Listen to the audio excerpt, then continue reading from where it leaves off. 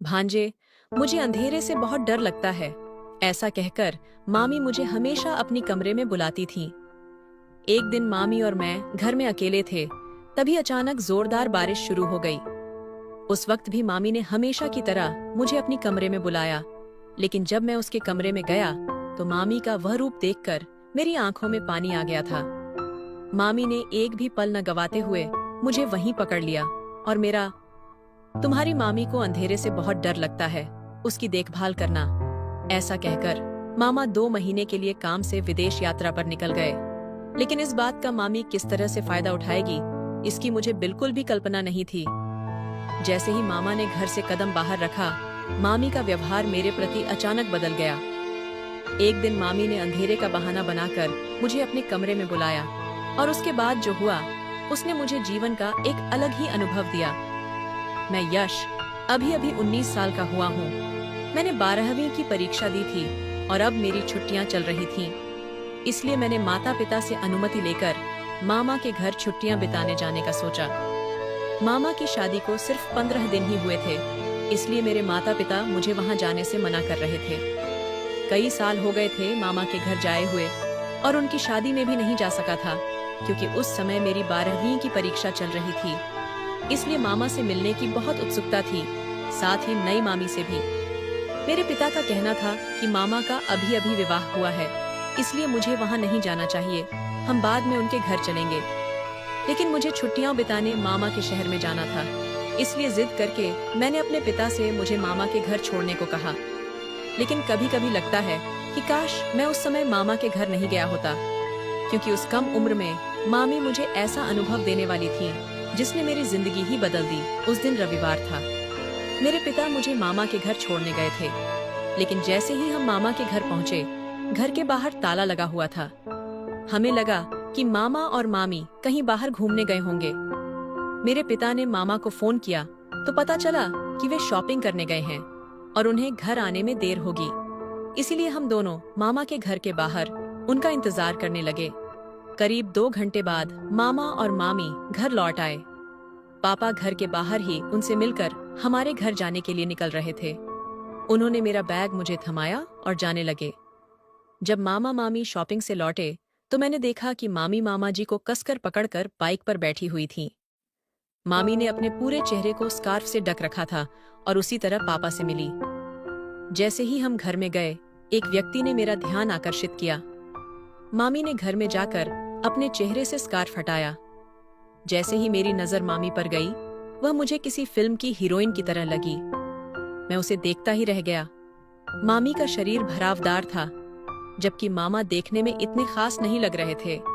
मेरी नजर मामी पर तब से हटी जब मामा जी ने मुझे यश कहकर आवाज दी। उन्होंने कहा, भांजे, आपका ध्यान कहाँ है? मैं कितनी बार से तुम्हें आवाज दे रहा हूँ, कैसे हो तुम? उस वक्त मैं थोड़ा घबरा गया। मैंने मामा जी से कहा, मामा, मैं बहुत अच्छा हूँ, और यह कहते हुए दौड़कर उन्हें जोर से गले लगा लिया। इतने साल बाद मुझे देखकर मामा बहुत खुश थे। जैसे ही मैंने पीछे मुद्दा कर देखा, मामी मेरे पास आ गईं और उन्होंने मुझे प्यार से गले लगाया। ऐसा बिल्कुल नहीं लगा कि मैं पहली बार मामी से मिल रहा हूँ। मामी ने मामा से भी ज्यादा मेरा लाड़ प्यार करना शुरू कर दिया। मुझे मामा के घर गए हुए 2 दिन हो चुके थे। मामी मेरी बहुत अच्छी देखभाल कर रही थी। मुझे क्या चाहिए और क्या नहीं, सब देख रही थी। मामा और मामी के स्वभाव के कारण मैंने ठान लिया था कि मैं अपनी पूरी छुट्टी यहीं बिताऊंगा। इस निर्णय का आगे क्या मोड़ आएगा, इसका मुझे बिल्कुल भी अंदाजा नहीं था। मेरे जाने के तीसरे ही दिन सुबह जब मैं नींद से जागा तो सुबह के 8 बज रहे थे। जब मैं अपने कमरे से बाहर निकला तो देखा कि मामा बैग पैक कर रहे थे। मामा को बैग पैक करते देखकर मैंने उनसे कहा, मामा, तुम इतनी सुबह बैग पैक करके कहाँ जा रहे हो? तब मामा ने कहा कि उन्हें अर्जेंट अपने काम के सिलसिले में 2 महीने के लिए विदेश जाना पड़ेगा। इस पर मैंने उनसे कहा, अरे मामा, मुझे यहाँ आए सिर्फ 2 ही दिन हुए हैं और तुम तुरंत जा रहे हो। मुझे कुछ नहीं पता, मैं तुम्हें बिल्कुल कहीं भी जाने नहीं दूंगा। तब मामा ने कहा कि यह मेरे लिए एक बहुत बड़ा अवसर है और अगर मैंने इसे छोड़ दिया तो मुझसे बड़ा मूर्ख कोई नहीं होगा, क्योंकि इस प्रोजेक्ट पर काम करने के अनुभव से मुझे आगे अच्छी पोस्ट मिल सकती है। मामा के काम के प्रति उसकी लगन को देखते हुए मैंने उससे आगे कुछ नहीं कहा। मैंने मामा से कहा, ठीक है, आज शाम को मैं पापा से बात कर लूंगा और मैं भी अपने घर चला जाऊंगा, क्योंकि तुम्हारे बिना मैं यहाँ रुककर क्या करूंगा। तब मामा ने कहा, यश, अब जब मैं यहाँ नहीं रहूंगा तो तुम्हें अपनी मामी का ध्यान रखना है। भले ही मैं यहाँ से जा रहा हूँ, तुम्हें यहाँ से जाने की इजाजत नहीं है। अब तुम मेरे लौटने तक मामी का ध्यान रखोगे, उसकी हर जरूरत का ख्याल रखोगे। और हाँ, एक बात ध्यान में रखना, तुम्हारी मामी को अंधेरे से बहुत डर लगता है, इसलिए खासकर अगर उसे कोई मदद चाहिए तो बेझिझक उसकी मदद कर सकते हो। कुछ भी मतलब कुछ भी। उस वक्त मुझे उस कुछ भी शब्द का मतलब नहीं समझ में आया था, लेकिन आगे चलकर मामी मुझे इस शब्द का अर्थ जिस तरह से समझाने वाली थी, उसका मैंने कभी सोचा भी नहीं था। उस दिन मुझे यह बात पता चली कि मामी को अंधेरे से डर लगता है। शादी के बाद भी किसी को अंधेरे से डर लग सकता है, ये बात मेरे लिए आश्चर्यजनक थी। मैंने मामा से कहा, ठीक है। थोड़ी ही देर में मामा की कैब उसे एयरपोर्ट ले जाने के लिए आ गई। मामी ने विदाई दी और हम दोनों घर के अंदर आ गए। अब घर में सिर्फ मामी और मैं अकेले थे। मुझे मामा के साथ खूब मजे करने का मन था, उसके साथ पूरे शहर में घूमने का मन था। इसी तरह मैं अपनी छुट्टियां बिताना चाहता था, लेकिन मामा ने तो इन सब योजनाओं पर पानी फेर दिया था। मेरा यह सोचना जितना सही था उतना ही गलत भी, क्योंकि मामा के साथ जो अनुभव मैं करने वाला था, उससे कहीं बढ़कर मैं मामी के साथ जो अनुभव करने वाला था वह कुछ और ही था। जिस रात मामा गया, उस रात मैं अपने कमरे में मोबाइल पर गेम खेल रहा था। गेम खेलते खेलते मैं भी बोर हो गया था, इसलिए टीवी देखने के लिए हॉल में आकर बैठ गया। उस वक्त टीवी देखते हुए कुछ समय बाद मामी मेरे पास आई। मामी ने कहा, भांजे, तुम्हें देखकर ऐसा लग रहा है कि मामा के जाने के बाद तुम्हारा मन घर में नहीं लग रहा है। मामी ने बिल्कुल सही पहचाना। तब मामी ने कहा, चलो थोड़ा बाहर घूम कर आते हैं। ऐसा कहकर उसने अपनी स्कूटी निकाली और मुझे आइसक्रीम खिलाने के लिए बाहर ले गई। जब हम घर से बाहर जा रहे थे, स्कूटी पर मैं मामी के पीछे बैठा था। मेरी अनजाने में हाथ मामी की कमर पर चला गया। मेरा हाथ उसकी कमर से टकरा गया तो मामी थोड़ी घबराई, जिससे मैंने तुरंत अपना हाथ पीछे कर लिया। लेकिन अगले पल मामी ने मेरा हाथ पकड़कर अपनी कमर पर रख लिया। उसका यह व्यवहार मुझे कुछ समझ में नहीं आया। आइसक्रीम खाकर हम घर लौटे। जैसे ही मामी ने घर का दरवाजा खोला और हम अंदर पहुंचे, अचानक घर की सारी लाइटें चली गईं। अचानक अंधेरा हो गया और चारों ओर घना अंधकार फैल गया। मैं मामी के पीछे खड़ा था, तभी मामी ने पलटकर मुझे जोर से गले लगा लिया। उस समय मामी का जो स्पर्श मुझे हुआ वह मुझे चौंका देने वाला था, क्योंकि मैं अब जवान होने लगा था। इससे पहले मुझे किसी महिला का ऐसा स्पर्श कभी नहीं हुआ था। मुझे क्या करना चाहिए ये समझ में नहीं आ रहा था, इसलिए मैं वहीं खड़ा रहा। लेकिन उस समय मेरे मन में जो विचार आ रहे थे वे कुछ अलग थे। मामी मुझे लगभग 5 मिनट तक गले लगाए खड़ी रहीं और अचानक लाइट आ गई। जैसे ही लाइट आई, मामी भी होश में आई और झटके से मुझसे दूर हो गई। उसने मुझसे माफी मांगी और फिर वह जल्दी से अपनी कमरे में चली गई। उस समय मैं शॉक में था और मुझे समझ में नहीं आ रहा था कि क्या हो रहा है और अचानक मेरे साथ क्या हुआ। तब मुझे याद आया कि मेरे मामा ने घर से बाहर जाने से पहले मुझे एक बात कही थी। वह कहा था कि तुम्हारी मामी को अंधेरे से बहुत डर लगता है, उसका ख्याल रखना। तब समझ में आया कि मामी ने अंधेरे से डरकर मुझे गले लगा लिया था। रात में मैं अपने कमरे में जाकर सोने की कोशिश कर रहा था, लेकिन मामी की छवि मेरे सामने बार बार आ रही थी। मामी बहुत मॉडर्न थी और घर में भी वैसी ही रहती थी। मैं एक गांव का लड़का था, इसलिए मुझे ये सब बातें बहुत खास लग रही थीं। अगले दिन सुबह जब मैं उठकर देखा, मामी रसोई में चाय बना रही थी। तब मुझे उससे आंखें मिलाने में शर्म आ रही थी।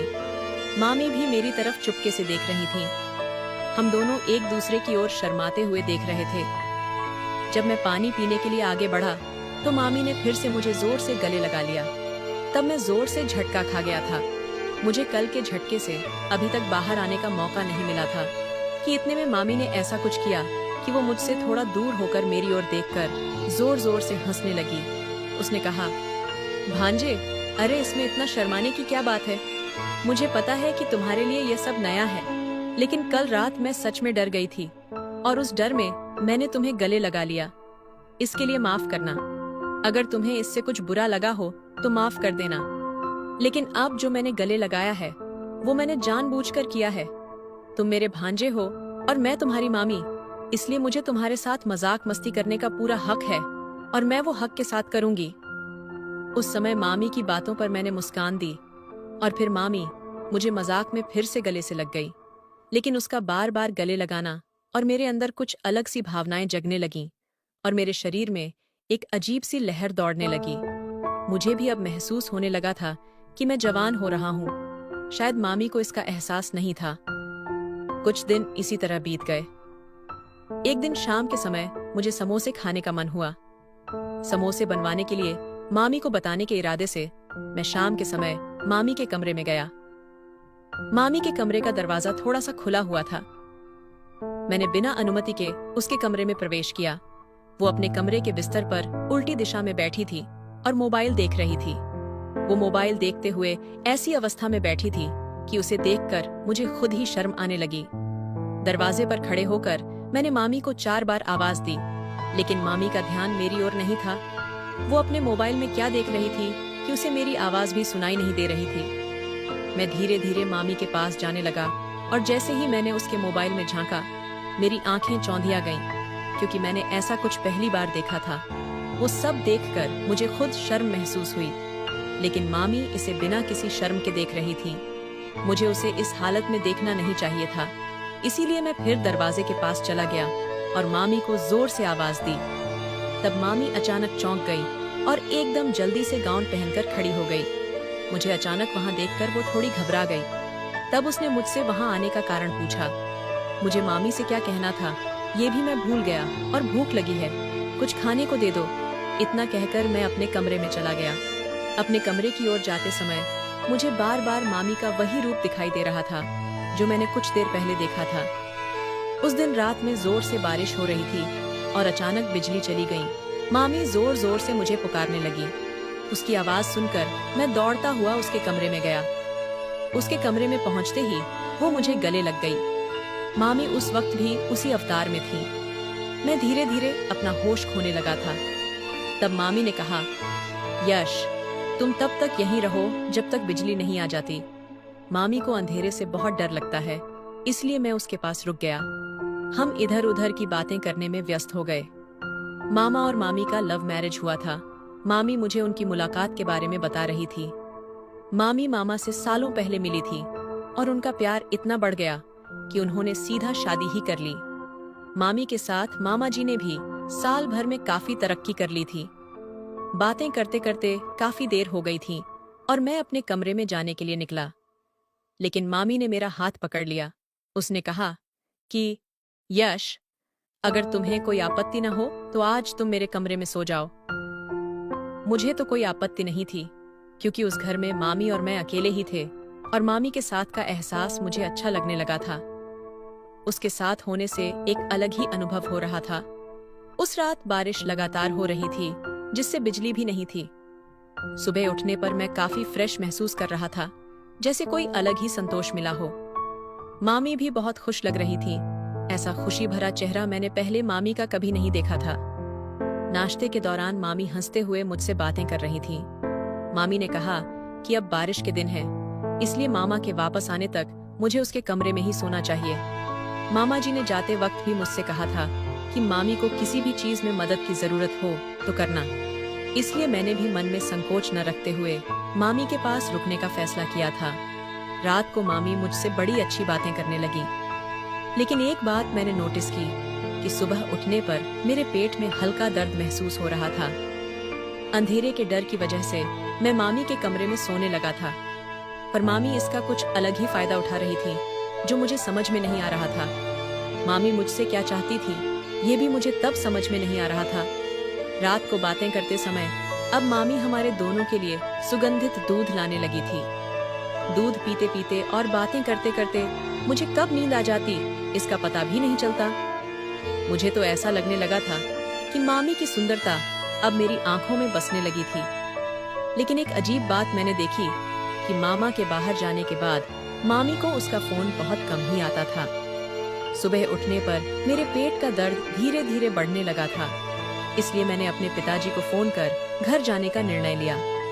घर जाने की बात सुनकर मामी मुझसे नाराज हो गई थी। उसने कहा, तुम्हारे मामा ने तुम्हें कहा था कि मामी का ख्याल रखना, तुम मुझे छोड़कर बिल्कुल भी नहीं जा सकते। अभी तो हमारे रिश्ते में रंग आने लगा है। मामी की ये बात मुझे समझ नहीं आई कि कौन सा रिश्ता और कौन सा रंग। जब मैंने मामी से इसके बारे में पूछा तो उसने कहा कि उसे भी नहीं पता, पर तुम मुझे छोड़कर कहीं भी नहीं जाओगे। मामी ने तो मुझे घर न जाने का जिद पकड़ लिया था, लेकिन मेरा पेट दर्द कम होने का नाम नहीं ले रहा था। मैं मामी को ये बात बताने में झिझक रहा था। हर सुबह पेट दर्द के साथ मेरी कमजोरी भी बढ़ती जा रही थी। मामी तो हर सुबह किसी चीज में खुश नजर आती थी, लेकिन मुझे समझ नहीं आ रहा था कि हर रात मेरे साथ क्या हो रहा था। मुझे ऐसा दर्द पहली बार हुआ था। मामा के जाने के लगभग एक हफ्ते बाद सुबह 7 बजे ही दरवाजे की घंटी की आवाज से मेरी नींद खुल गई। मैंने अपने पास देखा तो मामी मेरे बगल में हाथ रखकर सोई हुई थी। काफी देर से घर की घंटी बज रही थी, इसलिए मामी दरवाजा खोलने के लिए गई। दरवाजा खोलते ही सामने पुलिस खड़ी थी। पुलिस को देखते ही मामी पसीने से भीग गई थी। पुलिस ने मामी के हाथ में हथकड़ी डाल दी। मुझे समझ ही नहीं आ रहा था कि ये सब क्या चल रहा है। इतने में पीछे से पापा मामा को लेकर आए। मामा के हाथ में भी हथकड़ी लगी हुई थी। मामा को देखकर मैंने कहा, मामा, तुम तो 2 महीने के लिए काम के सिलसिले में विदेश गए थे ना? तब मैंने पापा से पूछा, पापा, ये सब क्या हो रहा है? तब पापा ने बताया, जब मैं तुम्हें यहाँ छोड़ने आया था तब एक केस के सिलसिले में पास के पुलिस स्टेशन गया था। वहाँ मुझे एक युवती के बारे में जानकारी मिली जिसे ढूंढने में मेरे सहयोगी लगे हुए थे।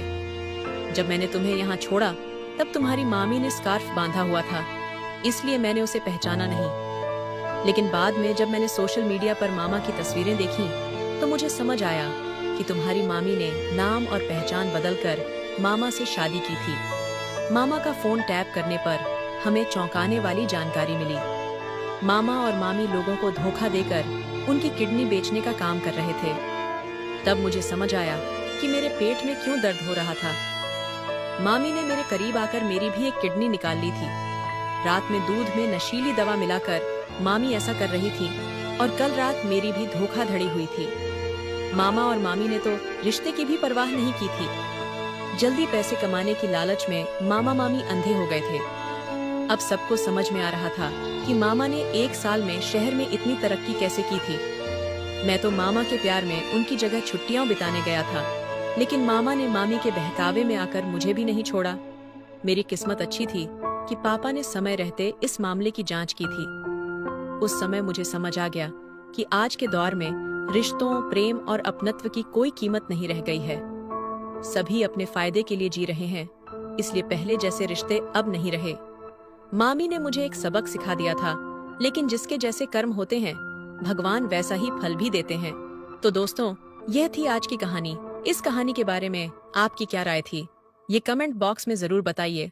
अगर आपको कहानी पसंद आई हो